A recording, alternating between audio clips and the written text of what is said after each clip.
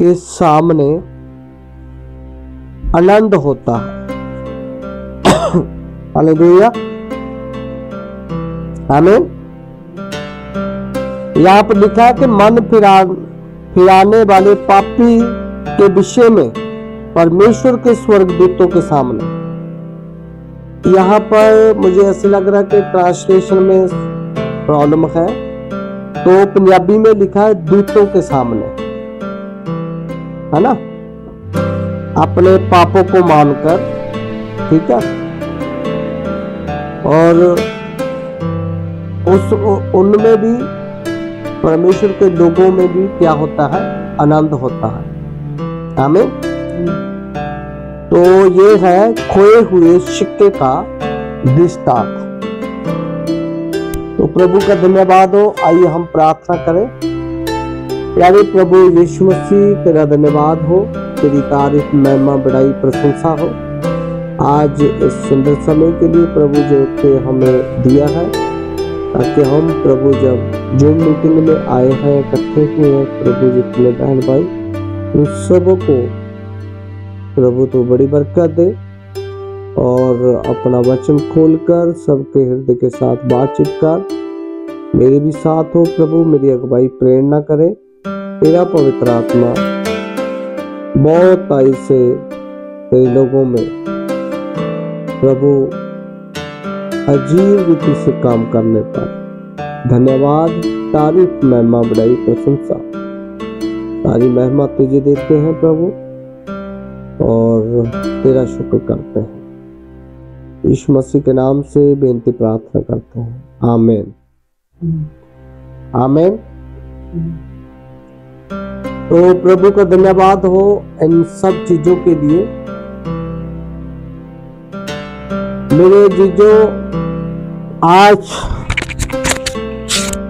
देखिए कि जैसे हमने प्रभु के वचन से पढ़ा है और हम बात कर रहे हैं पिछले हफ्ते से कि परमेश्वर के भेदों के क्या होना है, भंडारी। बाइबल हमें ऐसे सिखाती है, बाइबल में ऐसे लिखा है कि लोग, है ना, हमें ऐसे समझे कि जैसे कि परमेश्वर के भेदों के क्या हो, भंडारी हो, आमीन। परमेश्वर के भेदों को क्या हो गई, भंडारी, हालेलुया। तो प्रभु की महिमा हो।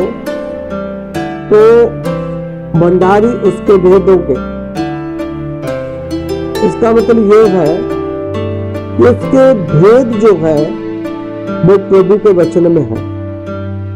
जैसे वचन में लिखा है कि पहले उसके राज्य और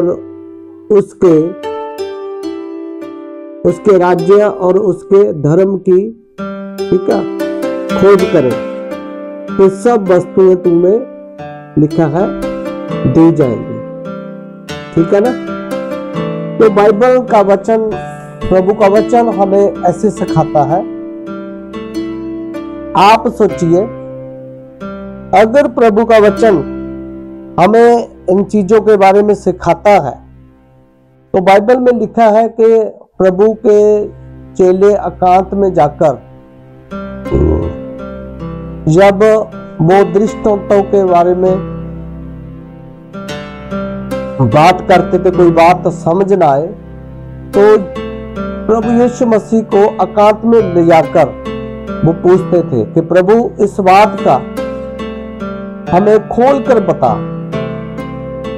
जो भेद में है, जो दृष्टांत में है, हमें ये बात समझ नहीं आई। लेकिन प्रभु जब उनसे बात करता था तो यीशु मसीह उनसे कहता था कि परमेश्वर के राज्य के भेदों की समझ लिखा है तुम्हें दी गई है, पर औरों को दृष्टांतों में। ध्यान से सुने, इसका मतलब बाइबल दो प्रकार से लोग जानते हैं और समझते हैं। कुछ चुनिंदा लोगों के लिए बाइबल खोलकर बात करती है और कुछ उन लोगों के लिए जो सिर्फ बुलाए गए हैं, उनके लिए बाइबल दृष्टांतों में ही बात करती है। आमीन, हालेलुया। तो प्रभु का धन्यवाद हो इन सब चीजों के लिए।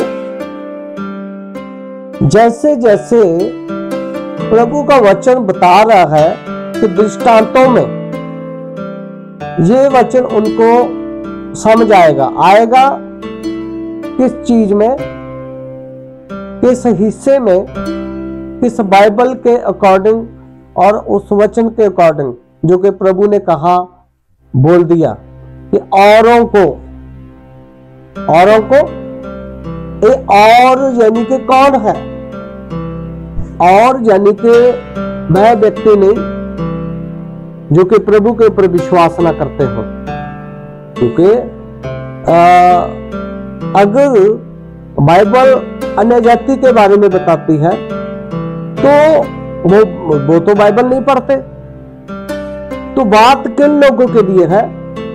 ये बात उन लोगों के लिए है जो लोग यीशु मसीह के ऊपर क्या करते हैं? विश्वास करते हैं। क्या करते हैं भाई? विश्वास करते हैं। इसका मतलब वो बाइबल को पढ़ेंगे कौन? जो यीशु मसीह के ऊपर क्या करते हैं? विश्वास करते हैं। वो बाइबल को पढ़ेंगे, पर उनके लिए बाइबल जो है वो कैसे समझ आएगी? कैसे उनको पता चलेगा? दृष्टांत में लिखा हुआ, भेद में, कि ऐसे वहां लिखा है, ऐसे इस जगह के ऊपर लिखा है, इधर लिखा है, उधर लिखा है। उनको ये लिखतों की जो लिखा हुआ वचन उसके बारे में तो पहचान हो जाएगी, उसके बारे तो उनकी नॉलेज जो है वो बढ़ जाएगी। ठीक है, जैसे हमने पिछले हफ्ते देखा था दानियल की पुस्तक में से 12 अध्याय में से कि अंतिम घड़ियों में, है ना, जो वचन या भेद, जिस चीज के बारे में दानियल के ऊपर प्रभु खोल रहा था, तो उनके बारे में यो लिखा है कि अंतिम घड़ियों में इस चीज को, इस भेद को मोहर लगा दे, इन बातों के ऊपर मोहर लगा दे। ठीक है, और लिखा है कि ये खुलेगी, इनका टाइम आएगा। और ये भी वहां पर लिखा है कि बहुत सारे लोग ज्ञान को ढूंढेंगे, इधर उधर भागेंगे। लिखा है ज्ञान बढ़ भी जाएगा, नॉलेज ज्यादा हो भी जाएगी, और किस चीज में? दृष्टांतों में। किस चीज में जानकारी, नॉलेज बढ़ जाएगी? सिर्फ भेदों में। जो लिखा गया है उन चीजों में, उन वचनों में जो लिखा गया है उनके बारे में ही बाइबल उनको समझ आएगी कि यहां पर ये लिखा है, वहां पर ये लिखा है, दाएं बाएं ऐसा ऐसा करके बाइबल हमें सिखाती है, बताती है।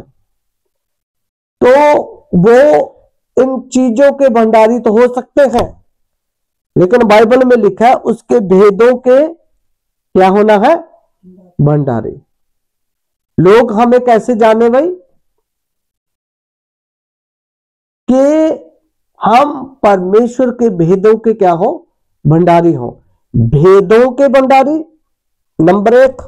नंबर 2 कि उस भेद में, उस गुप्त बात में छिपा हुआ क्या है, उसको खुले हुए जब उनके ऊपर ये बात प्रकट हो कि वे जो भेद के अंदर या उसके पीछे क्या लिखा है, उसका मतलब क्या है, उसकी रोशनी क्या है, उस भेद का यानी कि प्रकाशन क्या है, जब ये उनको पता चलेगा तब वह बनते हैं असली में भंडारी। बोलिए में क्या बनते हैं? भंडारी बनते हैं। और भंडारी किसको कहते हैं? जब किसी के पास कुछ देने के लिए हो, अगर कुछ उसके पास होगा तभी किसी को देगा ना, किसी को तभी बांटेगा ना, ऐसे तो नहीं बांट सकता वो।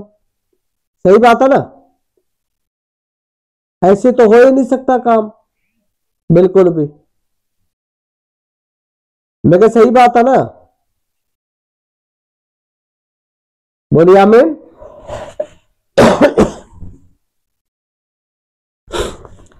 अब देखिए, इस बात को हमने सीखना है।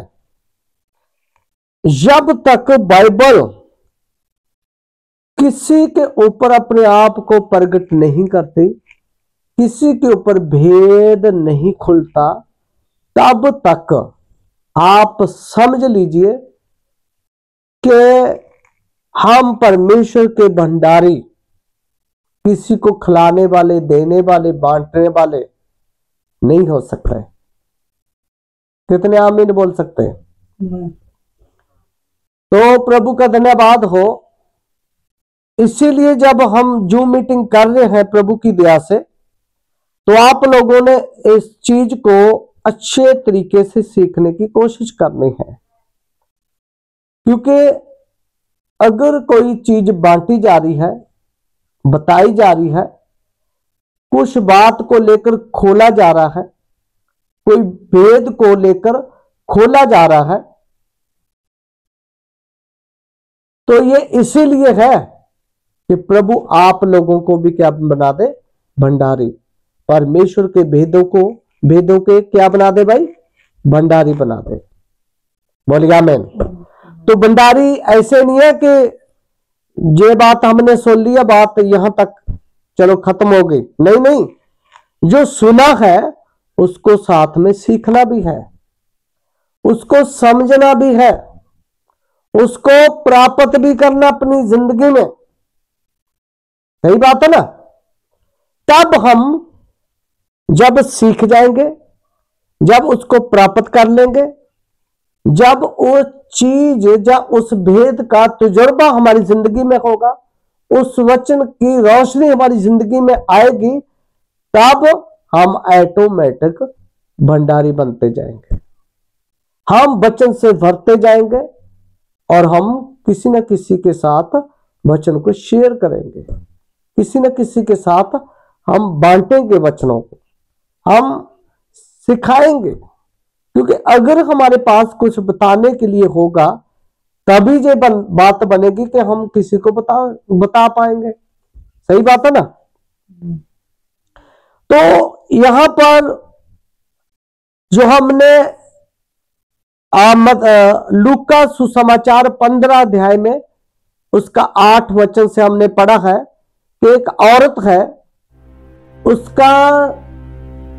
उसके पास 10 सिक्के थे और 10 सिक्कों में से एक सिक्का क्या हो गया?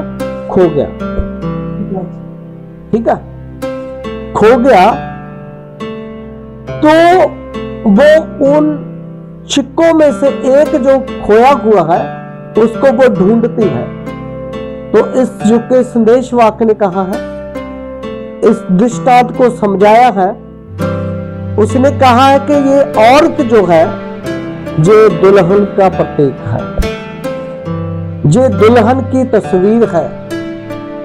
उसके ऊपर विषय रखा गया है, विषय का नाम है प्रभु की दूसरी आमद। बोलिए आमीन। विषय का नाम क्या है? प्रभु की दूसरी आमद। अब दुल्हन के पास अगर कुछ ग्वाच गया होगा, कुछ पहले से ना होगा, उसको वो ढूंढेगी। बोलिए आमीन। तो इसके सिक्के के बारे में क्या है? क्योंकि अगर 10 सिक्के हैं तो 10 सिक्कों का कोई मतलब है। पुराने समय में क्या होता था? औरत को एक चिन्ह के रूप में, एक दृष्टांत में, यानी कि एक उसको चरित्र में बने रहने के लिए उसके माथे के ऊपर 10 सिक्के बांध दिए जाते थे। और 10 सिक्कों 10 बात है कि जिन जिन लोगों को इन बातों के बारे में पता चलता है, वचनों के बारे में समझ आती है, तो वो आगे बढ़ते जाएंगे प्रभु में। आगे कुछ ना कुछ उनके जीवन में घटेगा। प्रभु उनको और बरकत और आशीष प्रदान करेगा। आमीन। तो इस औरत के बारे में जो कि हम देख रहे हैं कि इसके सिक्के, जैसे मैं अभी बात कर रहा हूं कि इन 10 सिक्कों के बारे में जो बाइबल में लिखा गया, तो उन सिक्कों का कोई अर्थ होता था, है ना। 10 सिक्के का पहले का क्या मतलब है, दूसरे का क्या है, तीसरे का क्या है। आप कोई भी, है ना, बात को हम जो कमी पेशी है कोई चीज के लिए, उसको हम जोड़ सकते हैं। ठीक है। तो उसके पास कितने सिक्के थे भाई, बोलिए? 10। हालेलुया। तो अगर हम बात करें बाइबल में, पुराने नियम में कितने हुक्म थे? 10, है ना। तो वो भी हो सकता है ना। अब हम 10 वाला जो पॉइंट है बाइबल में, कहीं से भी हम उसको जोड़कर देख सकते हैं, है ना, समझने के लिए। क्योंकि प्रभु ने 10 हुक्म दिए ताकि प्रभु के लोग उसकी व्यवस्था में, उसके राज्य में, उसके अधीन बने रहें, है ना। तो प्रभु का धन्यवाद हो, इस औरत को 10 सिक्के दिए गए। तो 10 सिक्कों का कोई मतलब है, कोई अर्थ है, उसके बारे में कोई बात है। तो ये औरत, ठीक है, जब इसका पति है नहीं, वो बाहर गया हुआ है, तो ये अपने गांव में है, शहर में है, अपने इलाके में है, ठीक है, अपने पड़ोस में है, ठीक है। तो इसको हर 10 सिक्कों के बारे में अच्छे तरीके से मालूम है, पता है, किस सिक्के का क्या मतलब, दूसरे सिक्के का क्या अर्थ है, तीसरे का, चौथे का, पांचवें, ऐसे ही 10 हो, है ना। सिक्कों के बारे में उसको पता है, सब चीजों के बारे में। तो एक सिक्का उसका क्या हो गया? खो गया। आमीन। एक सिक्का क्या हो गया? खो गया। इससे पहले उसका पति आए और उसको चरित्रहीन आकर देखे, क्योंकि हर एक सिक्के का कोई ना कोई क्या था, अर्थ था, कोई मतलब था। वो नहीं चाहती थी कि जब मेरा पति वापस आए, मुझे मिले, मुझे देखे, तो वो 10 सिक्कों के मुताबिक मुझे देख पाए, जिससे उसको ये पता चले कि मैं पूरी तरह जैसे मुझे छोड़कर गया है, वैसे मैं संपूर्ण हूं, चरित्र में हूं, मैं चरित्रहीन नहीं हुई, है ना। क्यों, मैं क्यों कह रहा हूं खो जाने की बात क्यों है?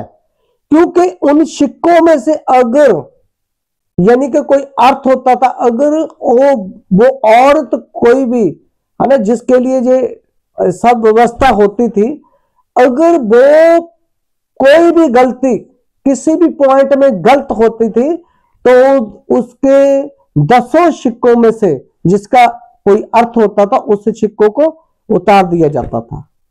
समझ में आ रहा है ना? हालेलुया। तब मानते हैं कि हम उसके भेदों को क्या है, भंडारी हैं। हालेलुया। बड़े विस्तार से मैं इस बात को रखूंगा, आपने ध्यान में रखना है सब बातों को, ठीक है। और मेरी बात देखो, जब आप सुन पा रहे हैं, तो उसके 10 सिक्कों का कोई अर्थ होता था। इससे पहले कि उसका पति आए। लेकिन वो तो गलती में नहीं थी, लेकिन क्या हो गया, उसका सिक्का क्या हो गया, खो गया। क्या हो गया भाई, खो गया। हालेलुया। क्योंकि वो गलत नहीं। क्यों, इसके पीछे प्रभु ने मूल्य तारा, ताकि मेरे विश्वासी कहीं पर भी गलत ना हो सके। पर इस औरत ने उस चीज को, जो उसका एक पॉइंट खाली था, उसको वो भर देना चाहती थी। क्या चाहती थी भाई, उसको पूरा कर देना चाहती थी। इससे पहले कि मेरा पति आए, मुझे देखे तो संपूर्ण सिक्कों के साथ देखे, सारे सिक्के मेरे है ना, मुझे जो दिए गए हैं, है ना, तो वो आकर वैसे मुझे प्राप्त कर सके। सही बात है ना। तो उसका सिक्का, जिसका कोई अर्थ था, वो उससे छीन कर नहीं रखा गया पंचायत में, है ना। लेकिन क्या हो गया था, उसका सिक्का तोड़कर नहीं रखा गया था, उसको गलत ठहराया हुआ नहीं था। लेकिन उसका क्या हो गया था, सिक्का जो था वो ईमानदार थी, वफादार थी, सब चीजें सही थी, पर उसका सिक्का क्या हो गया, खो गया। पर वो अपनी जगह सही थी, उसके अंदर कोई गुनाह नहीं था, कोई गलती नहीं थी, पर वो निजायज उसके ऊपर कलंक लगने वाला था। सही बात है ना, वो निजायज गलत ठहरने वाली थी अगर उसका पति आ जाता है 9 सिक्कों के दरमियान। पर उसका सिक्का जो था वो खो गया। पर उसने क्या किया, ध्यान रखिए, जो उसका काम है, अब वो काम करती है, उसका सिक्का खो गया, तो उसका सिक्का जो खो गया उसको वो ढूंढना चाहती है, प्राप्त करना चाहती है।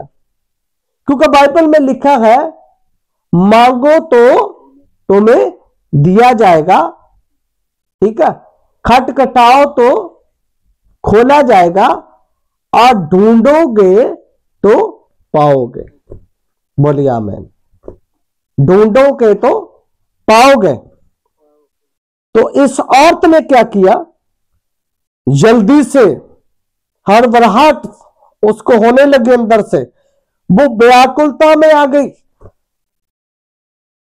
डर की मारी के इससे पहले मेरा पति वापस आए, मुझे क्या चाहिए, सिक्का वापस चाहिए जो खो गया है। पर उसने क्या किया, हम यहां पर देखते हैं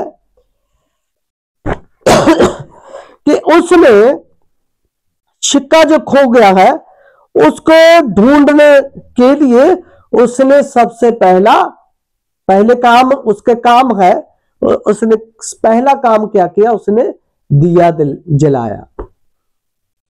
क्या भाई, उसने दिया जलाया, ठीक है। दिया कैसे जलता है, उसमें तेल डाला जाता है, ठीक है, और उसमें एक बत्ती डाली जाती है, फिर आग से उसको जलाया जाता है। तो ये सारा मटेरियल पवित्र आत्मा का प्रतीक है। बोलिए आमीन। तो उसने इस पवित्र आत्मा वचन के प्रकाशन से कुछ ढूंढना शुरू किया। बोलिए आमीन। उसने दिया जलाकर, लिखा है, घर झाड़ बुझार कर, ठीक है, पंजाबी में लिखा हूंज हांज कर, पंजाबी में हूंज हांज कर। तो हिंदी में क्या लिखा है, घर झाड़ बुझाकर, ठीक है। उसने अपने घर को अच्छे से, यानी कि उस बात को पूरा करने के लिए जो खो गया है सिक्का, उसको ढूंढने के लिए सबसे पहले क्या किया, उसने अपने घर को उसने झाड़ा पोछा करना शुरू कर दिया। उसने सारी चीजों को इधर उधर कर कर देखा, है ना, और तब तक वो देखती है जब तक मिल ना जाए, जी लगाकर, है ना, जी लगाकर खोजती ना रहे, तब तक जब तक सिक्का ना मिल जाए जो खो गया था। ठीक है, वो दिल लगाती है। क्या लगाती है? जो सिक्का खो गया है उसको ढूंढने के लिए, उसको प्राप्त दोबारा से प्राप्त करने के लिए क्या कर रही है? दिल जान एक कर देती है, यत्न करती है, मेहनत करती है ना, जीन जा लगा देती है वो। कब तक? जब तक वो सिक्का वापस उसको मिल ना जाए, क्योंकि उसको पता है कि सिक्का मेरा ही है, वो मेरा ही रहेगा, लेकिन वो खो गया है। सिक्का तो खो गया है, लेकिन उसके ऊपर कलंक ना लग जाए, कहीं वो झूठी ना ठहर जाए, क्योंकि हर एक सिक्के का कुछ कोई मतलब है। उस सिक्के को इससे पहले उसका पति वापस आ जाए, वो सिक्कों को दोबारे से वो ढूंढ ढांड कर वो लगा देना चाहती है। पर उसने जी जान लगाकर, है ना, उसने हूंज हांज कर, यानी कि झाड़ बुझाकर, यानी कि झाड़ू का भी इस्तेमाल किया उसने। क्या किया बोलिए? झाड़ू का। हालेलुया। क्या किया भाई? घर में उस सिक्के को ढूंढने के लिए क्या किया? झाड़ू का भी इस्तेमाल किया। अब चीजें हैं उसके हाथ में, उसके अगल बगल में, सब चीजों के बारे में बाइबल बताती है। तो अब देखिए वचन क्या करता है? किसी चीज को ढूंढता है ना। प्रभु वचन है, वो किसी चीज को ढूंढता है, ठीक है, लेकिन ये घर को वो स्वार्थी है और झाड़ू पोछा करती है। वो झाड़ू लेती है, झाड़ू से वो इधर उधर को एक किनारे से लेकर दूसरे किनारे तक, एक दूसरे किनारे से लेकर चौथे किनारे तक वो घर को चंगी तरह से क्या करती है? ढूंढती है, ताकि क्या हो जाए? खोया हुआ सिक्का वापस मुझे। बात करते हैं कि हम वचन को देखेंगे कि ऐसे यीशु मसीह ने एक बार काम किया, क्योंकि यीशु मसीह वचन है, वो झाड़ू का भी काम करता है। क्या करता है भाई? क्योंकि मेरे अजीजों, जब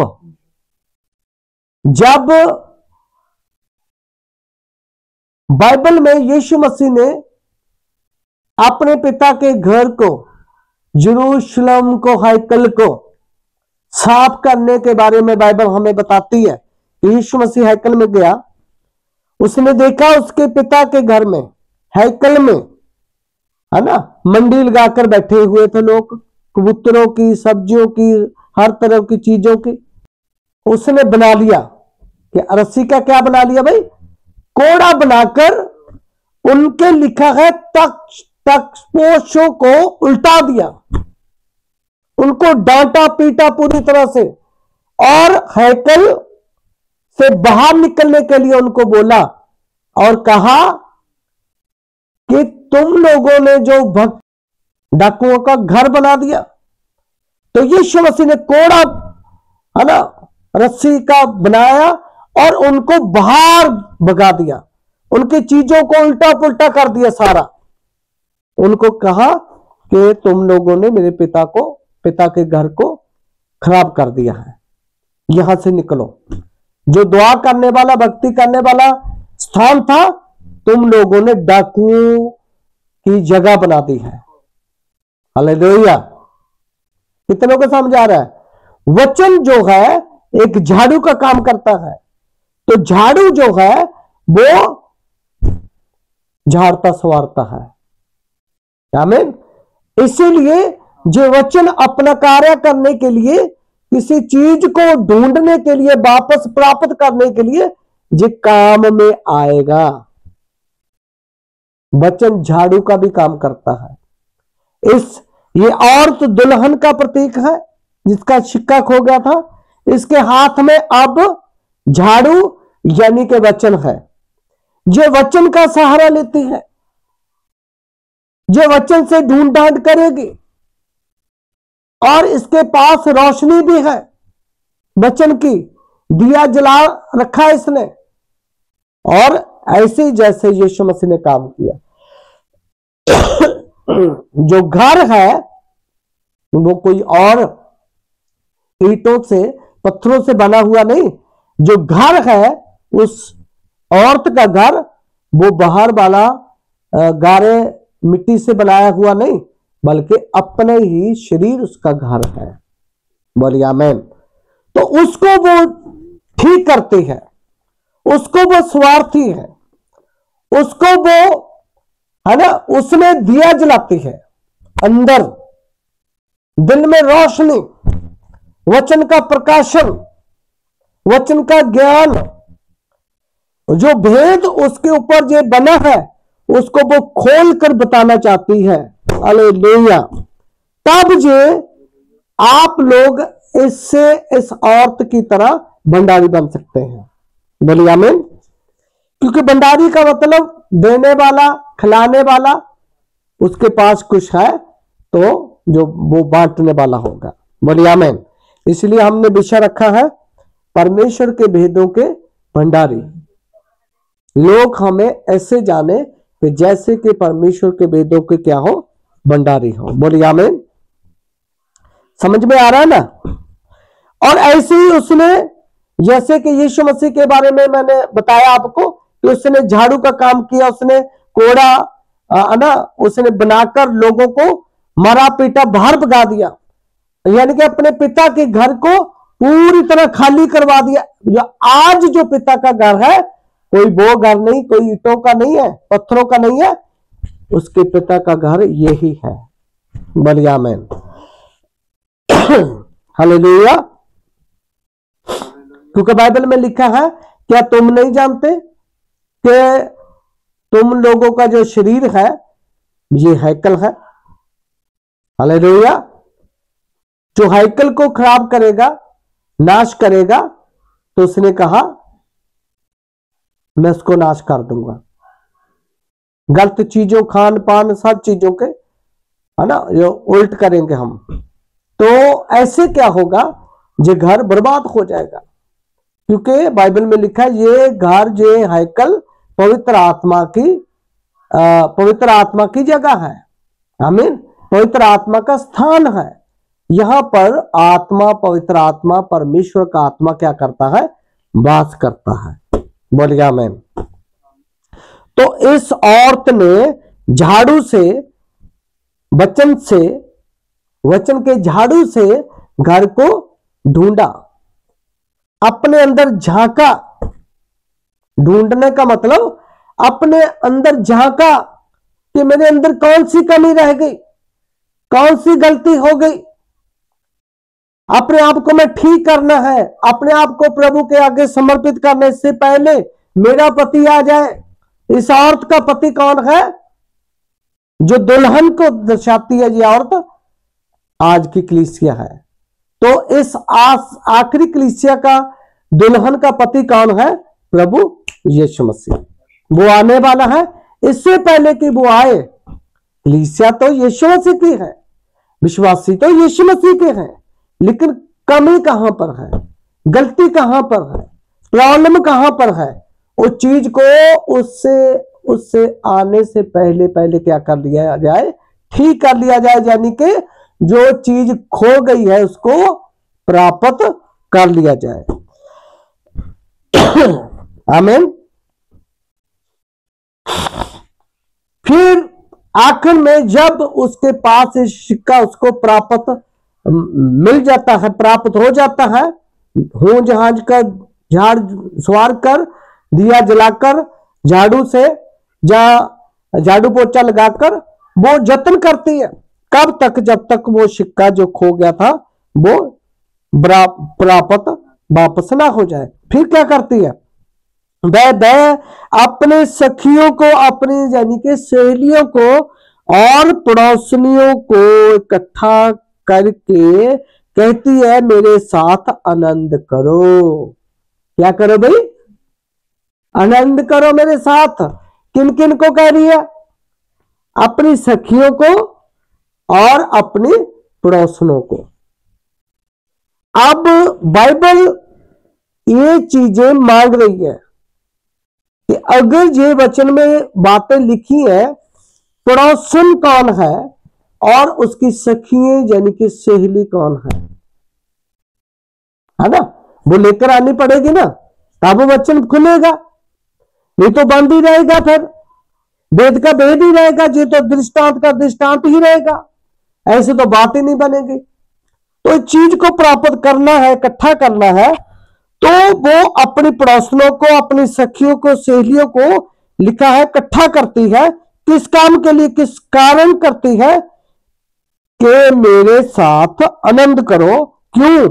क्योंकि मेरा खोया हुआ जो सिक्का था वो मिल गया है। बोल गया मैं। अब ये उतावली होगी, व्याकुलता से बाहर आ गई, अपने होश में आ गई, ये मजबूत होगी, इसकी सारी कमी जो थी वो दूर होगी, सारी चीजें उसके पास प्राप्त हो गई। उसका सिक्का जो खो गया था वो भी उसके पास मिल गया, उसने यत्न किया। इसलिए विश्वासियों को यत्न करना चाहिए, उसको अपने अंदर झांकना चाहिए। कौन सा सिक्का मेरा नहीं है उसको प्राप्त करना है, कौन सा वचन मैंने प्राप्त करना है, कौन सा भेद मैंने प्राप्त करना है, कौन से वचन का प्रकाशन मैंने हासिल करना है, कौन सी प्रभु की आज्ञा मैंने हासिल करनी है, कौन सी प्रभु के वादे हैं मेरी जिंदगी के लिए, उसको मैंने पूरा करना है, अपने जिंदगी में पूरा करते हुए मैंने देखना है ना। आमीन। तो ये सब बातें होंगी, तो वो पड़ोसनियों को और अपनी सखियों यानी कि सहेलियों को इकट्ठा करेगी। अब जो सखी होनी चाहिए बाइबल मांग करते हैं, और पड़ोसन होनी चाहिए। पड़ोसन कौन है? सखी कौन है? सखी यानी कि सहेली। सहेली कौन? जिसको वो अपनी बातों को बांट सकेगी, है ना। तो ये सहेली आज के समय में इस आखिरी युग में कौन है, मैं आपको बताना चाहता हूं। मिशने और जत्थेबंदी। हालेलुया। ये सहेली है, क्योंकि सहेली आपस में इकट्ठी रहती होंगे, सही बात है ना, उनकी समझ एक होती है, सही है ना। तो ये सहेली कौन है? ये मिशने और जत्थेबंदी। किस औरत की? जिसका सिक्का खो गया था। तो आज औरत ये कौन है? यीशु मसीह की दुल्हन, उसका पति, है ना। कौन है? जो बाहर गया हुआ है, स्वर्ग में गया हुआ है, तो तब तक नहीं आता, बाइबल में लिखा है अवश्य कि यीशु मसीह स्वर्ग में जा रहे हैं जब तक सारी बातों का क्या ना हो ले, सुधार ना हो ले। बोलिए आमीन। क्या ना हो ले? सारी बातों का सुधार ना हो ले। हालेलुया।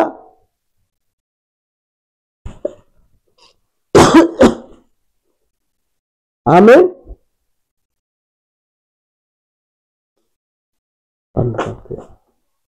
कौन है? कौन है? मिशने ते जत्थेबंदी। मिशना और जत्थेबंदी कौन है? जो प्रभु यीशु मसीह के ऊपर विश्वास करते हैं। तो इस औरत का तो सिक्का जो खो गया था वो, है ना, मिल गया है, प्राप्त कर दिया है। लेकिन ये आनंद बनाना चाहती है, प्रकट करना चाहती कि कोई चीज मेरे से चले गई थी लेकिन उसको मैंने हासिल कर लिया है। उसको प्रकट करने के लिए अपनी पड़ोसनों को, सहेलियों को बुलाया, ये भेद प्रकट करने के लिए कि मेरा खो गया था, चला गया था मेरे पास से कुछ, लेकिन मैंने वो हासिल कर लिया है। इसीलिए मेरे साथ आकर क्या मनाए? आनंद मनाए, खुशी मनाए। हालेलुया। प्रभु की महिमा करें उस भेद को खोलने के लिए, सिक्के को प्राप्त करने के लिए। हालेलुया। प्रभु का धन्यवाद हो। लेकिन ये पड़ोसन कौन है? पड़ोसन कौन है? अगर हम बात करें ये अन्य जाति लोग हैं। कौन है भाई? अन्य जाति लोग। हालेलुया, प्रभु का धन्यवाद हो। ये बात है जो कि वो सिखाना चाहते हैं। ये भेद है जो अपने आप में खुलना चाहता है, और इसके बारे में जो कि नबी ने खोल कर बताई ये सब बातें। बोलिए आमीन। तो प्रभु का धन्यवाद हो। ये एक भेद है बाइबल में, लेकिन जब किसी के ऊपर खुल जाता है तो उसको पता चल जाता है। लेकिन जो वो भेद, कोई भी जो सिक्का उसका खो गया था, कोई भी किसी भी पॉइंट के ऊपर हम बात कर सकते हैं, किसी के ऊपर भी फिट कर सकते हैं, कहीं का भी प्रकाशन के आधार से। तो बाइबल में जैसे लिखा है यहूदा की पत्री में, वहां पर लिखा है कि जो विश्वास संतों को, प्रेरितों को एक ही बार सौंप दिया गया था, एक ही बार दिया गया था। हालेलुया। उसकी वो संभाल करें, उसको वो पूरा करें अपने जीवन में। इसीलिए मेरे जीजो, ये सिक्का था उसका खो गया। कोई भेद है, कोई प्रकाशन से अधूरा है, कोई कमी है, कोई गलती में है, कोई दबा हुआ है, कोई संसार में है, कोई बंधन में है, कोई कमी अपने जी रहा है। लेकिन जब उसका हृदय वचन की तरफ से खुल गया तो उसने अपने आप को तैयार कर लिया, इससे पहले उसका पति आए। लेकिन प्रभु का धन्यवाद हो, लिखा है कि वो अपनी सखियों को, अपनी सहेलियों को, अपने पड़ोसियों को वो इकट्ठा करती है, इस बात को जाहिर करने के लिए कि मेरा सिक्का खो गया था लेकिन वो वापस मिल गया है। और लिखा है, मैं तुमसे कहता हूं कि इसी रीति से एक मन फिराने वाले पापी के विषय में परमेश्वर के दूतों के सामने आनंद होता है। बोलिए आमीन। तो परमेश्वर के दूत कौन है? परमेश्वर के सेवक। तो जो तौबा उन दूतों के सामने करेगा, दूत कौन है? परमेश्वर के सेवक, परमेश्वर के दास, जो के प्रेरितों की शिक्षा के अधीन है। यीशु मसीह ने मुर्दों में से जी उठने के बाद, यीशु मसीह ने इस बात के बारे में बताया कि तुम लोगों के ऊपर शांति हो। जब यीशु मसीह उनके ऊपर प्रकट होता था, तुमको शांति मिले, जैसे पिता ने जगत में मुझे भेजा है ऐसे मैं तुमको भी जगत में भेजता हूं। लिखा है, ये कहकर उनके ऊपर फूका और उनको कहा कि पवित्र आत्मा लो, और उनको कहा कि जिनके तुम पाप क्षमा करोगे वह क्षमा हो जाएंगे, जिनके तुम कायम रखोगे उनके कायम रहेंगे। यानी कि अधिकार चेलों के ऊपर आ गया। आमीन। ये चेले ही परमेश्वर के दूत हैं, जिनके सामने लोग अपने पापों से क्या करते हैं भाई? पश्चाताप करते हैं। बोलिए आमीन। दूतों के सामने जब पश्चाताप करते हैं अपने पापों से, अपराधों से, कि प्रभु उनको क्या करता है भाई? माफ करता है। जो भी प्रभु यीशु मसीह के नाम से क्या ले लेते हैं? बपतिस्मा ले लेते हैं, तो वो छुड़ाए जाते हैं, वो खरीद लिए जाते हैं, उनके सिक्के पूरे हो गए। ठीक है। और हर एक कलीसिया काल के लिए प्रभु ने तौबा की बात कही कि मैं तुझे सलाह देता हूं, तौबा कर। तौबा कौन करता है? अपनी गलती से, अपने पापों से। वो कहता है कि जिसके कान हो वह सुन ले कि आत्मा कलीसिया से क्या कहता है। बोलिए आमीन। इसीलिए ये प्रभु का वचन है जो खुलना है, और जिसके ऊपर खुलता है वो कहता है कि अपने आप को नम्र दीन कर, अपने पापों से क्या कर? पश्चाताप कर। आमीन। और फिर प्रभु हमें क्या करेगा? ग्रहण करेगा। इसलिए ये भेद था जो कि प्रभु का वचन के आधार से खोला गया है। कितनों को समझ आया? बोलिए आमीन। आइए हम प्रार्थना करते हैं इस चीज के लिए।